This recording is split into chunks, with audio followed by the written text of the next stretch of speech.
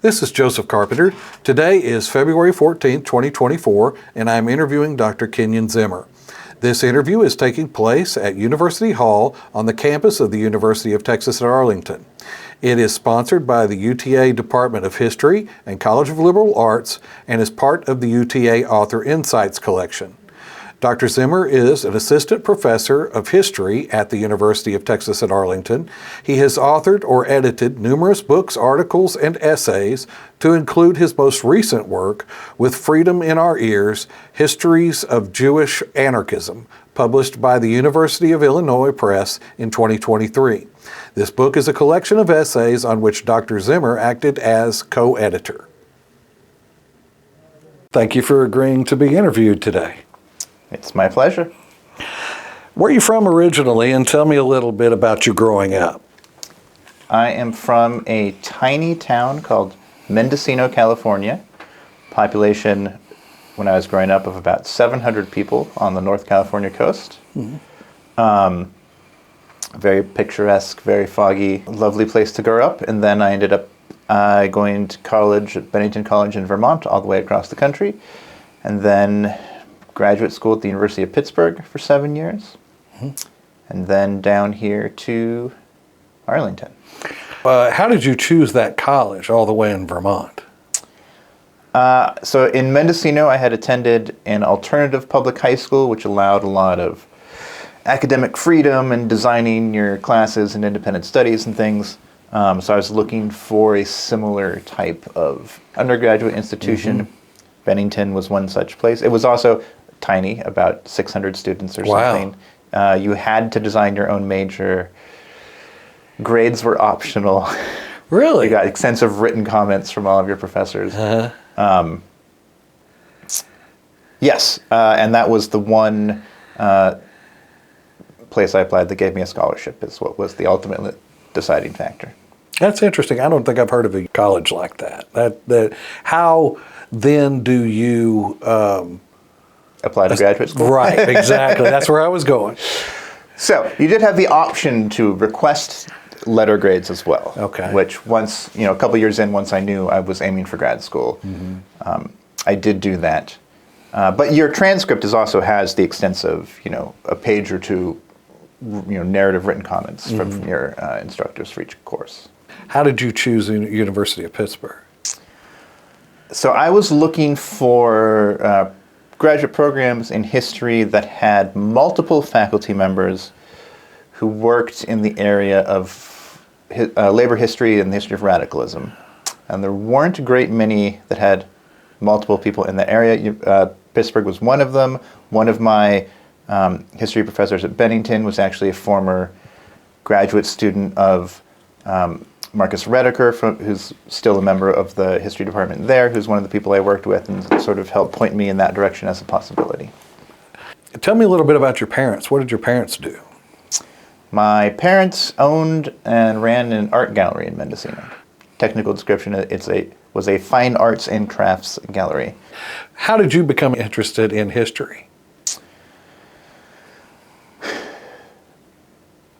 And that's an excellent question. I guess sort of when I got bitten by the bug of really wanting to do intensive, research and nonfiction writing came, I guess, a little bit late in, I think, my senior year of high school. I sort of had my real first substantial academic research paper assignment, which I then also discovered my propensity to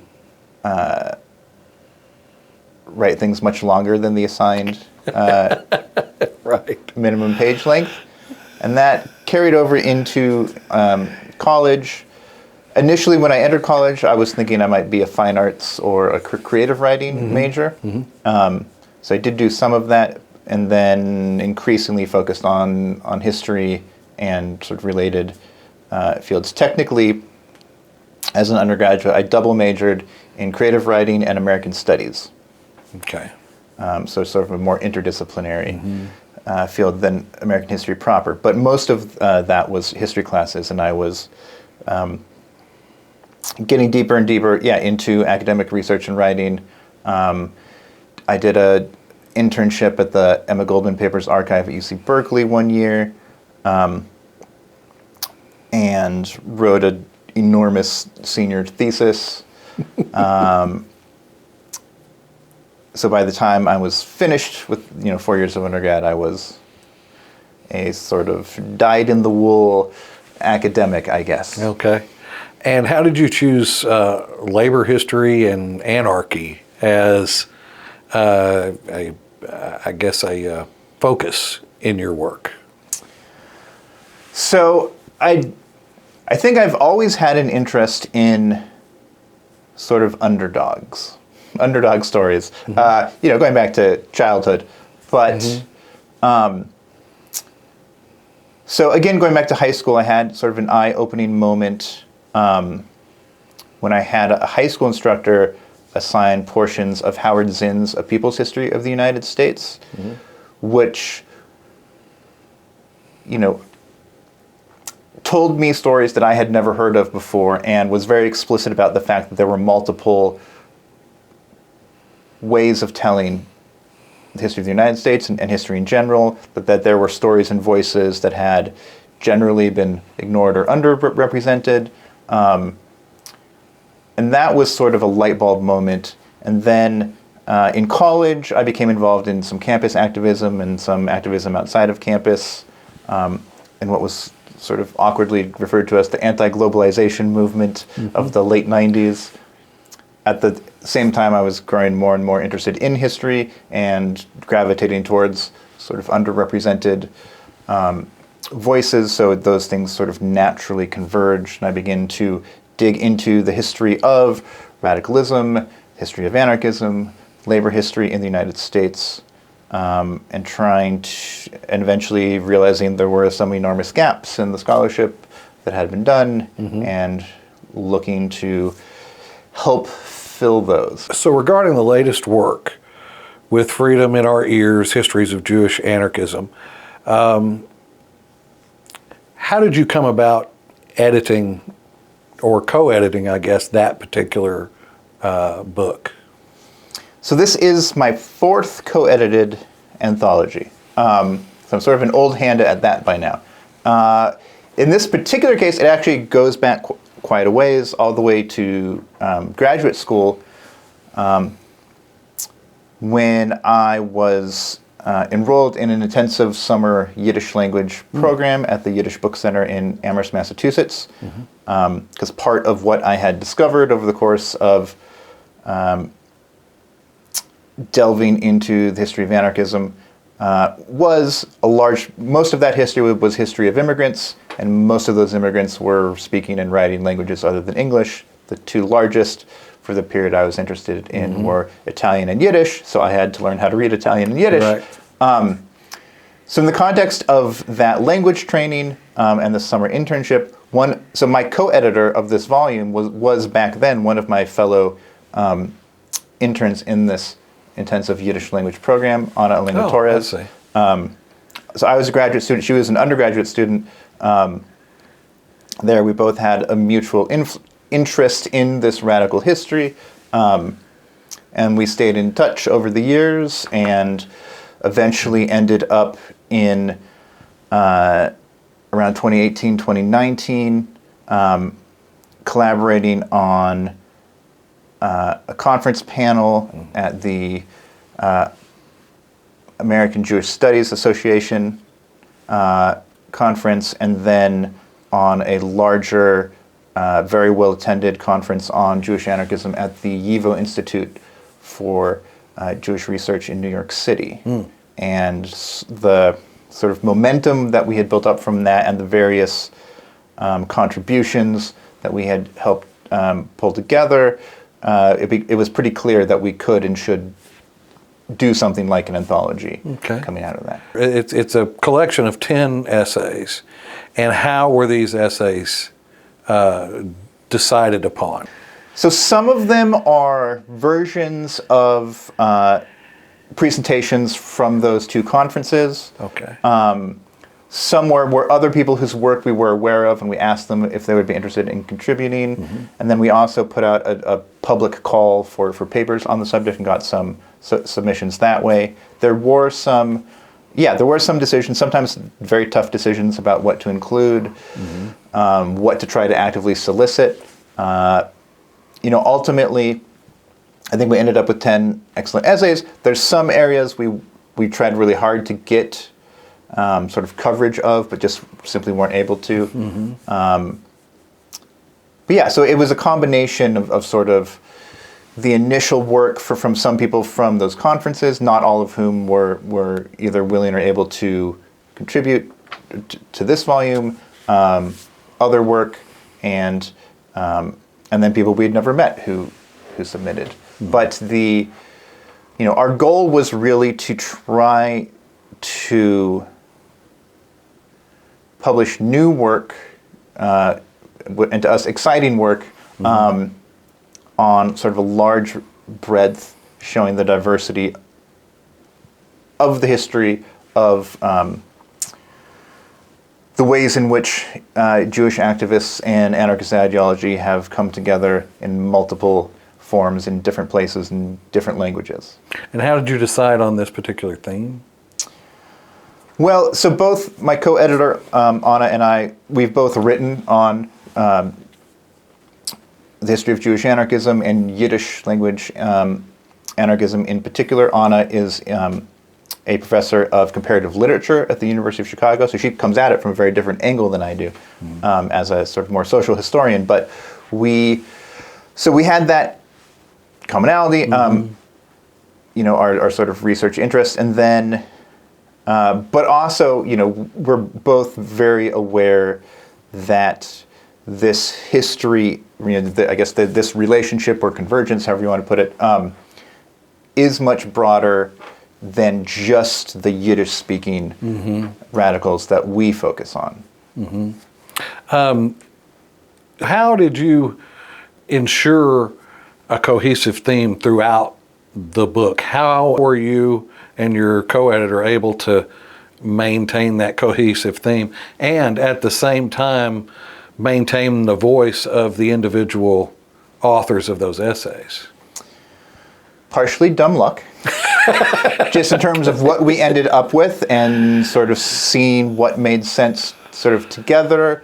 So what we ultimately, happily arrived at is that we had more or less three sort of equally sized themes that we saw the different contributions fitting into, on sort of roots of, diverse roots of Jewish anarchist movements and Jewish anarchist ideas. Another section on sort of arguments and debates about different tactics that these different movements used and followed and promoted, and then a section more on sort of culture and cultural activism. I see.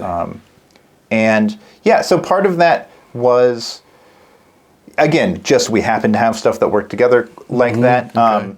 There's one chapter that we did actively solicit after our initial round because we wanted it to fill out the volume as a whole, and we were fortunately able to do that. And then in the editing process, asking different contributors if they could, make small changes to, directly address certain themes that were common with others. So there were some of those through lines and some cohesiveness in the individual subsections. So you were able to go back to the people who authored the essays and say to them, we're looking for this thread to connect. Can you write or not even presenting it to them that way, but saying, could you, be more explicit about how this relates to, language or gender or whatever it was that we wanted to bring out more because it would help it fit a little bit. So there's the individual chapters. The 10 chapters went through multiple revision processes. Right? They submitted them. We, the editors, gave a first pass, accept or not accept for the volume. Then Anna and I would go through each piece and offer suggestions and changes. Have those go out, and then each chapter went out to peer review through the press. So then they got more suggestions. The volume as a whole got suggestions, and then we, as the editors, had to sort of help interpret and filter those suggestions back to the individual contributors and ask them to address those. What is the intended impact of this work on the I guess, overarching subject of Jewish anarchism? So I think there's a couple goals we had specifically with this volume.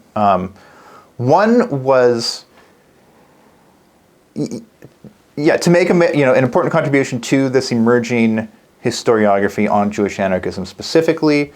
It's something that there's very little published on, very little recent scholarship, but there is growing interest, and this, the contributions to this volume are a big part. The individual contributors are large part of sort of new generations of scholars who are interested in this, coming at it from different angles and different disciplines even.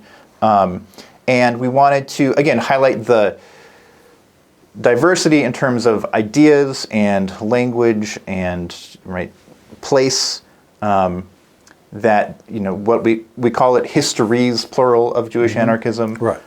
In the introduction, we refer to it as Jewish anarchisms because there's different combinations and interpretations, and we really wanted to sort of lay out a framework for future scholarship, for future people interested in this, to give them that sort of broad picture grounding. So we really see this volume as a kind of starting point, a conversation starter, hopefully, but amongst, again, between people in different disciplines, people doing research in different languages, different countries, and so on. So that was a big part. Another part is we wanted a book that would hopefully be able to, speak to and be appreciated by and make an impact in the larger world of Jewish studies and Jewish history, because the anarchist movement and anarchists are often, at best, a footnote in a lot of that scholarship, and sort of thought of it as never having been particularly influential or important.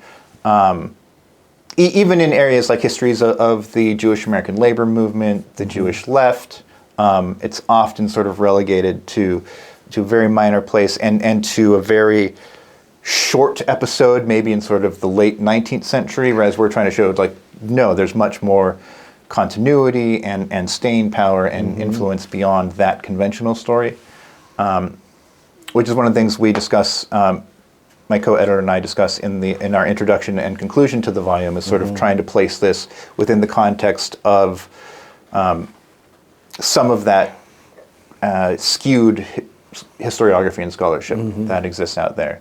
And then finally, the third thing we were very conscious of when putting this together was to try to make it a teachable book, right? One that could be assigned to advanced undergraduates,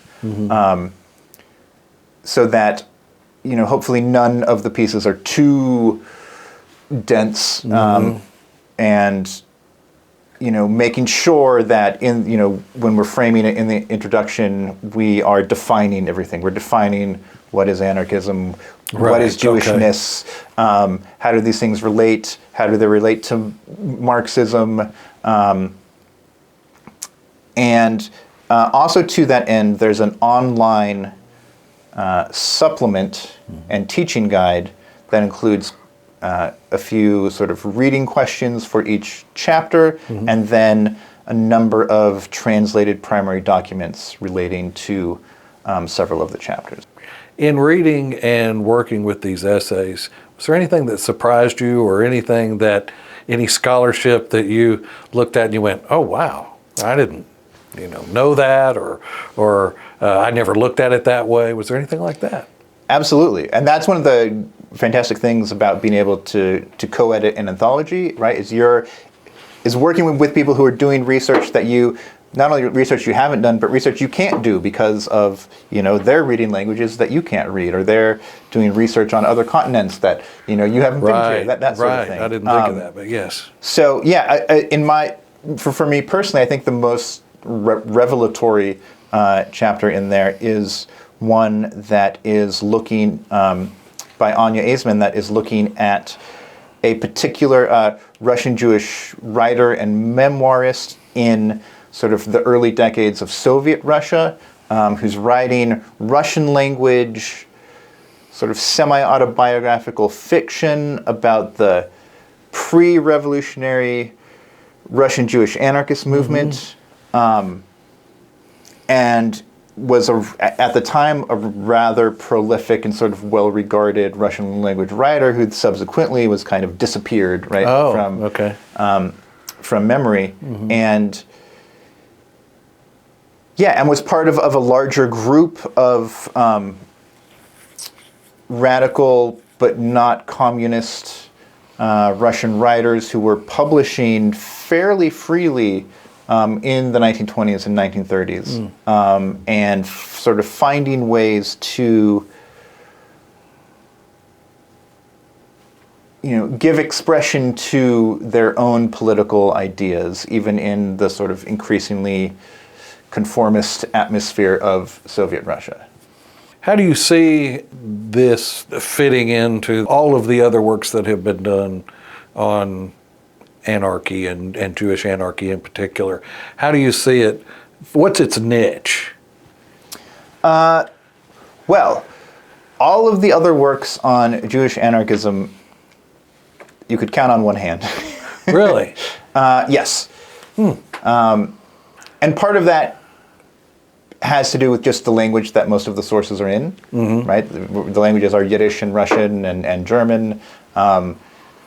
So aside from a plethora of biographies of Emma Goldman, who's sort of the most famous Jewish anarchist probably of all time, but who wrote primarily in English, there's very, very little deep work and scholarship that's been done. So this is in itself a major, sizable contribution to that literature. Okay.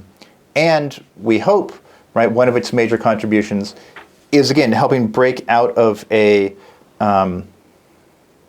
sort of the confines of language or geography in particular,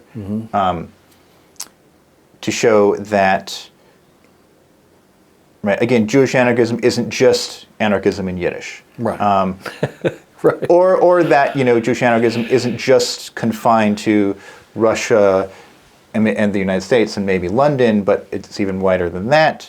And that it's not confined, again, to a sort of brief episode in the 1880s and 1890s, but continues, not only well into the 20th century, as several of the chapters go, but as we point out in the introduction, into the present day. Right.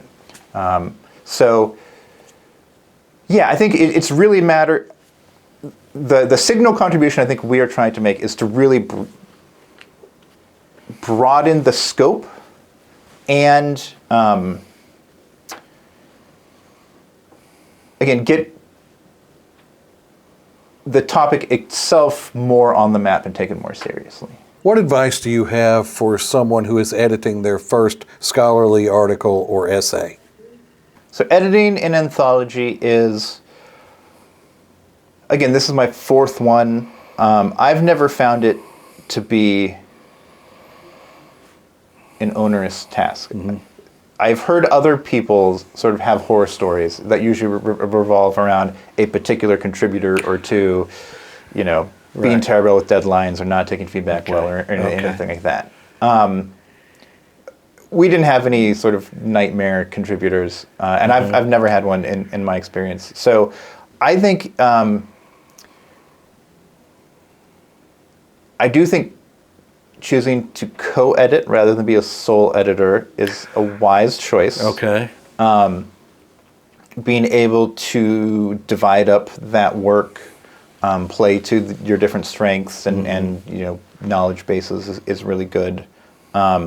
It does mean, that you will likely also be co-writing an introduction and maybe a conclusion, like we did for this Yes. book, which in itself is a, it's not something that we as historians get to do much, co-authorship. And it's something that has the potential, again, depending on personalities and whatnot, to be difficult. But in this case, I think my co-editor and I both really enjoyed co-writing these, bringing our different disciplinary views and specializations and trying to sort of synthesize them in a single piece was really nice. My co-editor was able to bring in Yiddish poetry and sort of literary analysis in ways that I would not have been able to, and then finding ways to then mesh that with more of the historical and labor history stuff, and sort of talk about the scholarship across different fields that's out there. Yes.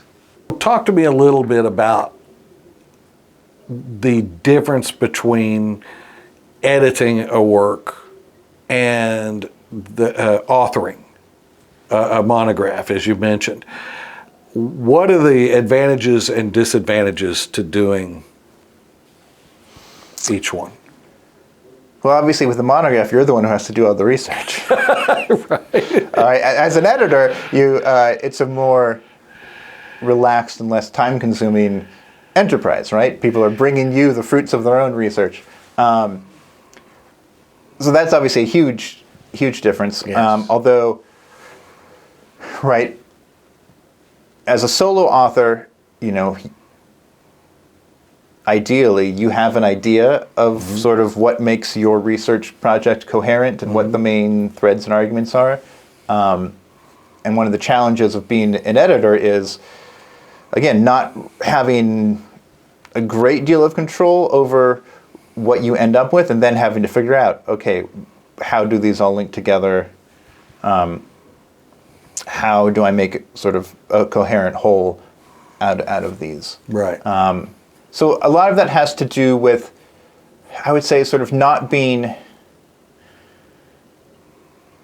dogmatic or too attached to your particular interpretation. Yes. Right, and allowing the different contributors to voice, their arguments. And speak into your work. Speak into your own mindset about the subject. That's it's not something that I've given a lot of thought to, but I could see where it would be difficult, particularly with someone like yourself who's well versed in the topic. You have your own ideas.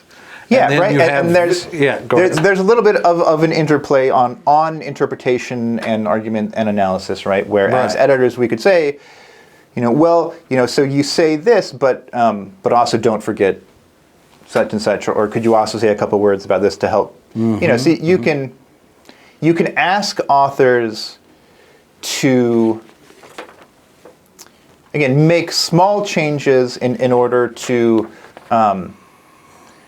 address any concerns or even objections that might sort of spring up to you from their work. And I've never had an experience where it was like, absolutely not, because really, right, it's, right, as an editor of an anthology, you are a peer reviewer. You're just sort of a different round of the peer review process. So just like with any peer reviewer, if you were, from a publisher or from a journal, the job of you as an author getting peer feedback is not to uncritically accept every suggestion or complaint, especially, because peer reviewers don't always agree with each other. So you might get contradictory feedback. Right, your job as an author is to sort of, with a sense of, an appropriate sense of deference, to accept the things that make sense to you and to push back against the things that don't make sense to you. And in editing and accepting those peer reviews, you're almost an arbitrator. You're a bit of an arbitrator, and right, the tables are turned, so you are making suggestions to the authors, but you also have to be willing to have them push back and say like, I don't agree, or Yes. I don't think that that's a change I want to make, and you have to be okay with that. And same with you pushing back on the peer reviewers, right? Yeah, exactly. Because they're not always right, are they? No, they are not. And so then, right, so your job as an editor, or your job as a monograph author, right, is to, once you receive the peer review, to then explain to the publisher why or why not you are listening to particular points that are being made. What is the next project? So the project I'm working on now is a book monograph, full-length book about the deportees of America's first Red Scare. So essentially beginning the story with the post-World War I repression and deportation of radicals, people like Emma Goldman, but also 1,000 other people, and then tracing as many of those individuals as I can after that to see how their deportations and their experiences in the U.S. And their adaptations after deportation are taking shape and impacting them, and how they are impacting the places that they now find themselves, sort of tracing these unpredictable ripple effects and echoes of those deportations. This is kind of the dominant theme of your website. Yes. I, as part of working on this project, created a sort of biographical database of all of these deportees that I have the names of and information about. Mugshots and Communist Party memberships and union memberships and all kinds of things. Exactly. Well, is there anything that you want to add to this conversation that we have not discussed? Is there something you want to say about the book or about the process, anything like that? I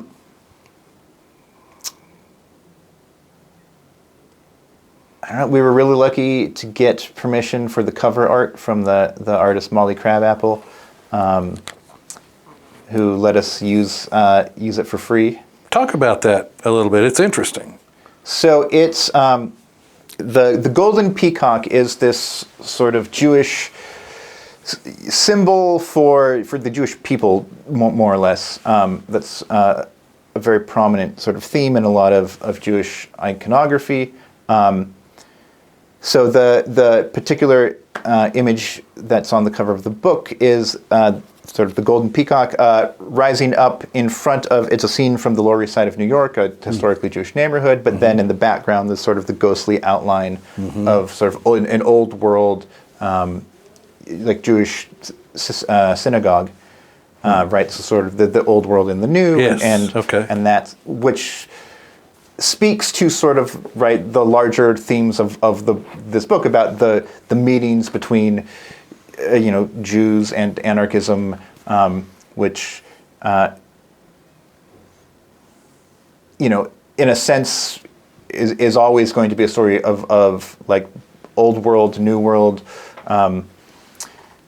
modernity, always coming together in different interesting ways. And the artist herself, Molly Crabapple, she's a Jewish artist. She herself is also a historian. She's written on different elements of the Jewish radical past. And so there are also some sort of resonances there. So finally, this will be the last question, and that is, and by no means a challenge, I'm curious what you think. With Freedom in Our Ears, Histories of Jewish Anarchism, where did the title come from, and why does it matter? So the title comes from a Yiddish poem that we reference in the introduction. It's a poem by the late 19th century Jewish American anarchist poet David Edelstadt, who's a very famous sort of radical labor working class poet. And it is a reference to, to sort of, having the sound of freedom or the call of freedom ringing in one's ears. Okay. So that is we wanted a title that was, sort of obviously both historical and somehow related to the contents, but also something that was maybe a little bit, rousing. Okay, sure. To, gesture towards, in the same way that in some ways the cover does, gesture towards the, hopeful contemporary relevance for some of this as well. And why does the book matter? Why does the book matter? So the book matters, in an academic sense, in that it's helping flesh out and fill a lot of gaps. It's, again, designed to be an invitation for future work to build upon. Okay. I think in a sort of larger philosophical, political sense, we are hoping that this book is, read and utilized by not just academics and historians, but by contemporary activists. Yes. To hopefully provide useful or different ideas of what it means to be a radical, to be Jewish, to be a Jewish radical, what sorts of alternative formulations combining those aspects have been attempted in the past that might be, might provide some sort of useful past for people today or in the future. Yes, very good. All right, well, thank you for your time. I really appreciate it. I know your time is valuable. You're very busy, so I appreciate you doing this, and thank you. Thank you.